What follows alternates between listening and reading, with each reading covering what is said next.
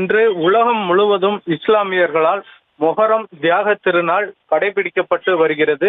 அதன்படி திண்டுக்கல் ரவுண்ட் ரோட்டில் மொஹரம் தியாக திருநாளை முன்னிட்டு 83ஆம் ஆண்டு ஹசைன் ஹுசைன் நினைவாக மத நல்லிணக்க கந்தூரி விழா வெகு விமர்சையாக நடைபெற்றது. இதற்காக நேற்று இரவு முதலே உணவு தயாரிக்கும் பணியானது நடைபெற்றது.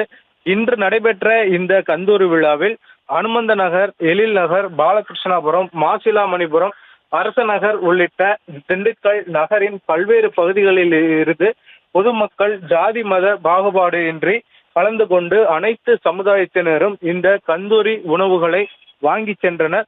மேலும் இன்று நடைபெற்ற இந்த கந்தூரி விழாவில் ஜாதி மத பேதமின்றி அனைத்து பொதுமக்களுக்கும் கந்தூரி உணவானது விழா ஏற்பாட்டாளர்களால் வழங்கப்பட்டு வருகிறது.